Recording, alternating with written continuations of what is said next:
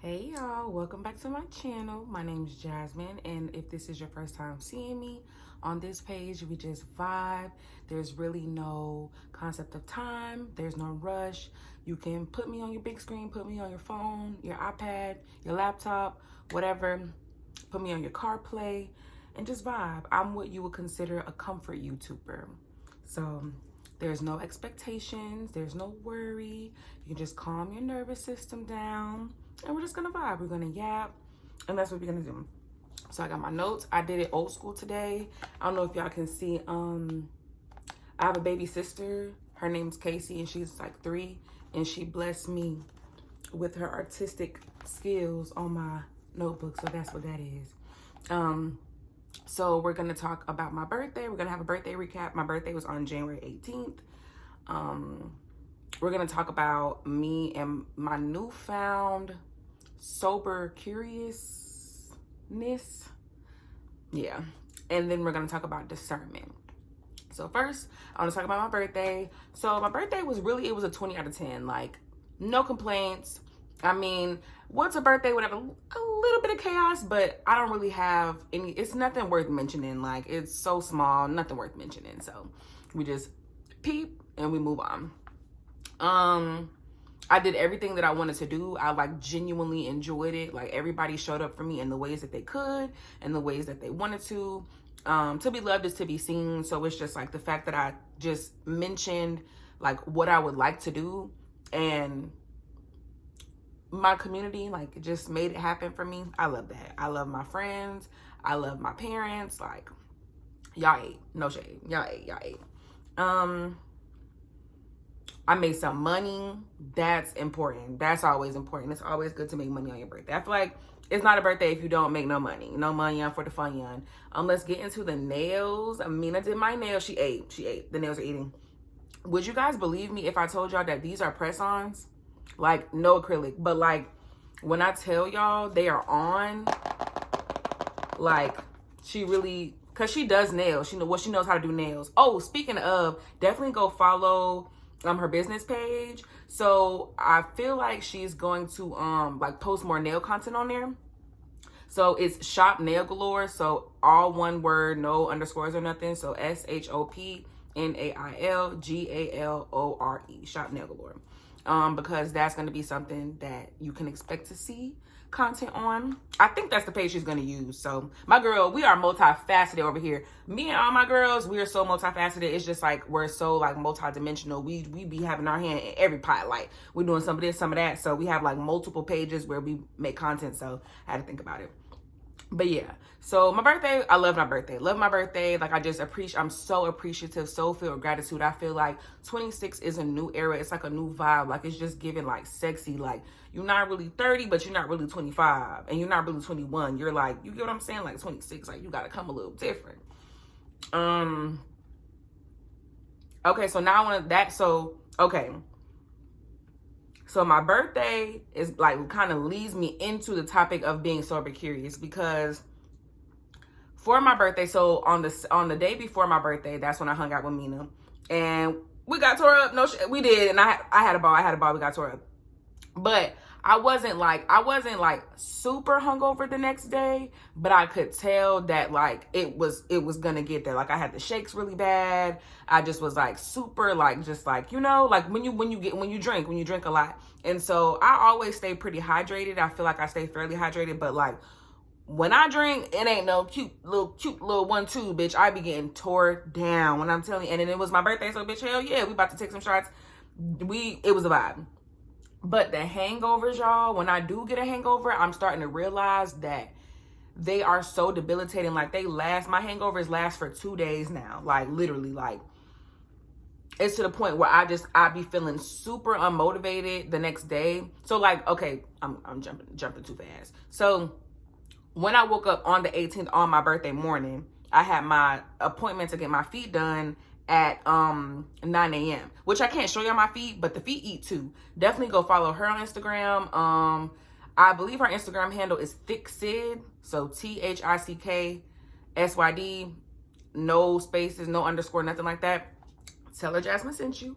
But I had to wake up at 9 a.m. for my toe appointment, and I slick did cancel. I was like, girl, I'm like tore down. Like, I don't want to, cause she's mobile, so she was gonna come to me and do my feet, and I was like, I don't want to like be, because in my mind, how I was feeling, it was gonna be super quiet, and I've known her since middle school, so I didn't want to just be like, hey, you know, do my feet, but I'm not gonna talk, like, you know. So I was like, let me just cancel, because I don't want to, because with me, when you piss me off, well, not piss me off, but like when I have an attitude, well, when you piss me off, but when I have an attitude or when I'm not feeling it, like, I can definitely be a bitch. I know that about me. I'm very self-aware. So like, on one hand, I felt like I was being dramatic, like, girl, get your feet done, because it's been a minute, and bitch, they need some TLC. And I also sell pictures of my feet, so like, it was just like, you know, get content, you know, so I was like thinking about the pros, but I'm thinking about the cons. Like, I don't really want to be like standoffish, or like, because I know that energy can be felt like, okay, bitch, well, why would you let me come if you wasn't really in the mood? But I'm like, no, like, I'm gonna be okay. So I had to literally roll over and take 2 shots to get up, because I was like I said, I had the shakes. It was so bad. And I'm like, I know if I'm gonna have to be like, you know, social, I'm gonna have to get it together. I'm gonna have to get up, wash my ass, do my morning routine, like drink my water, but I gotta get up, like, so I had to. And then I took a shot with my dad, because he was like, it's your birthday. He was so excited. He be having a time for my birthday. It'd be like, it's his birthday too, like.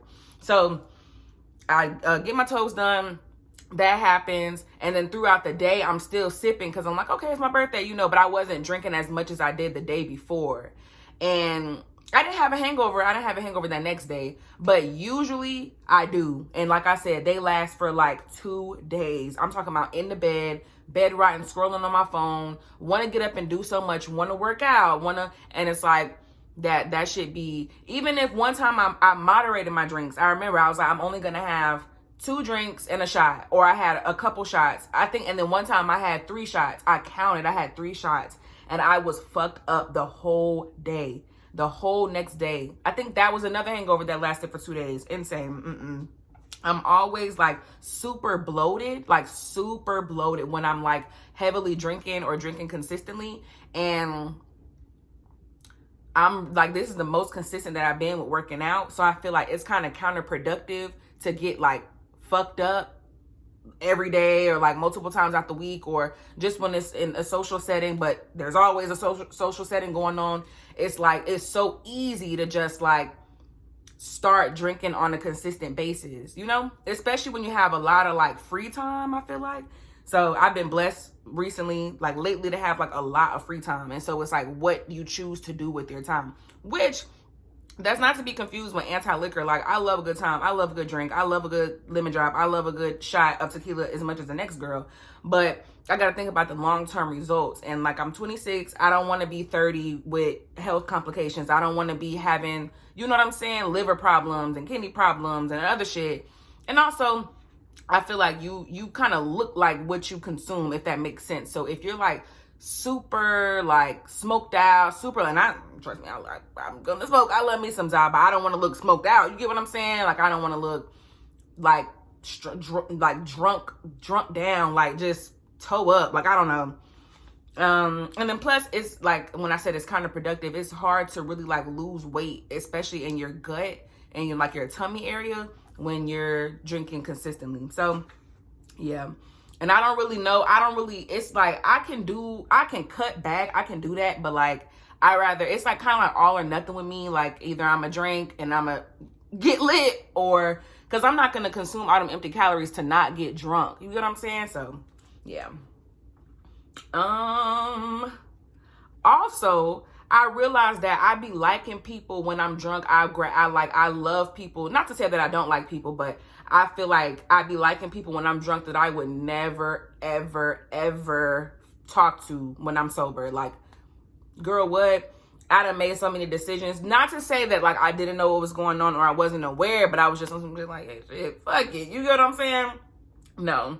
We can't do that. And that was a part of, oh, I'm doing it for the plot. I'm doing it for the plot. No, bitch, no. Get that shit all the way together. When you sober up, you be like, God damn. So yeah, no.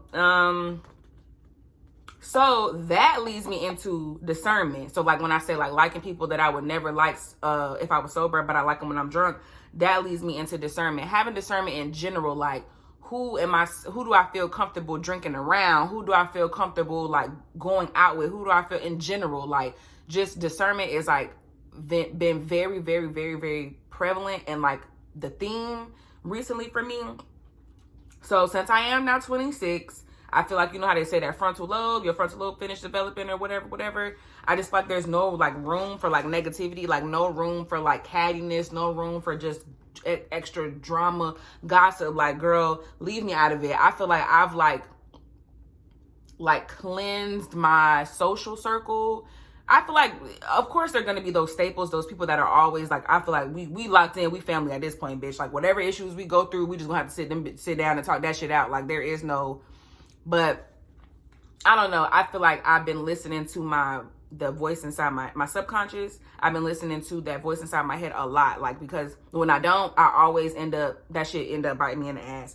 I swear I have like a couple stories from recently, and I could do a story time on them, but I have to figure out how to navigate my story times without like revealing anybody's identity, because I don't, unless they feel okay with that, I don't really feel comfortable just like putting nobody on blast or like, you know, spilling their tea. But if I'm experiencing it and I was there, like, yeah, bitch, that shit was scary for me too. But what I will say is that there was a situation recently, without giving too much, at least in this video, there was a situation recently where I was hanging out with one of my girlfriends and I just wanted to, you know, smoke, maybe grab something to eat. Like, I usually run errands with her and stuff, but I don't know, something in my spirit was just telling me that night, like, you need to just go home, like, but then next thing you know, we just ended up on the expressway. So I'm like, okay, like, I don't know where we're going, but I'm just, you know, going along for the ride. But in my mind, I'm like, after this, because this was like the week of, like, my birthday was about to be on that weekend. This was like the beginning or middle of the week this happened. So I'm like, okay, after this, I'm staying in the house. Like, we wasn't doing no drink or nothing that night, but I'm just like, I'm staying in the house. Like, I'm not going out, whatever. Why the fuck do we get pulled over? We get pulled over like maybe like 10 to 15 minutes after I'm telling myself in my head, like, stay in the house after this. Like, it's like there was a voice telling me, like, girl, you dial it back. After this, stay in the house. We got pulled over. Bitch, that was like the scariest shit of my life. Like, so that was my lesson. I'm like, you know what? It didn't go bad. Everything went smooth. It could have been a whole lot worse, but it wasn't. So I'm like, yeah, from here on out, hell no. So yeah. So like that's like, so that kind of ties into my next point. So when things don't go as planned, so like prime example, you want to go out, you want to have plans, you want to go out, but things keep happening to tell you like you don't need to go. Listen to that. Do not try to force it, because while I will say sometimes you'll be like, I don't really want to go out, you still going, you end up having a ball. That does happen. But more often than not, your ass gonna be sitting over there in the corner like, damn, bitch, I should have stayed home. You get what I'm saying? And I would rather stay home and feel like I missed out on the fun than to try to go out trying to catch a vibe and then you end up in a jam that you might not be able to get yourself out of. So yeah. This is another part of discernment. If you feel disrespected by anybody, if you feel disrespected by a friend, if you feel disrespected by a dude you talking to, a relationship, anything, your parents, goddamn your family, cut their ass off or nip that shit in the bud. If they're a type of person that you feel like you can have a conversation with and they can critically think and they're emotionally intelligent and they'll be able to sit down and have that conversation and take accountability if needed, then okay. But if you know for a fact that that's just going to make them even more weird, that's just going to make it even worse, just cut their ass off. I'm the queen of just no explanation, because it's like, if this is how you act, if this is how you're acting, and I haven't even told you some shit you did that I didn't like, imagine how you would act if I told you some shit you did I didn't like. So take that and do with it what you will. You get what I'm saying? If you value that connection a lot and you feel like they value you, but it just may be something, you know, like, hold up now. You get what I'm saying? Sit down and have that conversation. But if not, cut that shit off. Cut that shit off. Because I'm telling you, the little passive aggressive comments, it's like, you might be a hater. You might be a hater. And I have an example of that. So I was talking to this guy on the phone the other day, and he was saying something along the lines of, I don't know how we got on the topic, but I just said, he was saying something like, if I do something and you don't like it, you can't fault me for it. Like, you can hold me accountable for my actions, but you can't fault me for it if I didn't know. And I said, okay, well, to avoid any of that happening before you even try to do something, like just in general, before you think to do anything, just ask me, is it okay? And then, you know, like a normal person. And he was like, no. His immediate response was, no, I'm just going to make sure that as a man that it is okay no matter what. Like, no matter what it is, I'm just going to make sure that it's okay. Like, I'm just going to make it be okay, pretty much. Like, make it be okay. And to me, if I say, in order to ensure that you don't cross any of my boundaries or make me feel uncomfortable, just ask before you do anything. And this is just vague. This could go for anything, not just sexual, anything. And you say, I'm just going to make it be okay. Hang up on you. Not in the mood. Bitch, I got off the phone with his ass so fast. And then he texted me and was like, you misinterpreted love, but it's okay. And then the next morning was like, Grand Rising Queen. Bitch, you won't get me. Bitch, I blocked his ass so fast. You will not get me. Hell, fuck no. Grand Rising Queen. We all know. Like, hell, fuck no, bitch. So, yeah.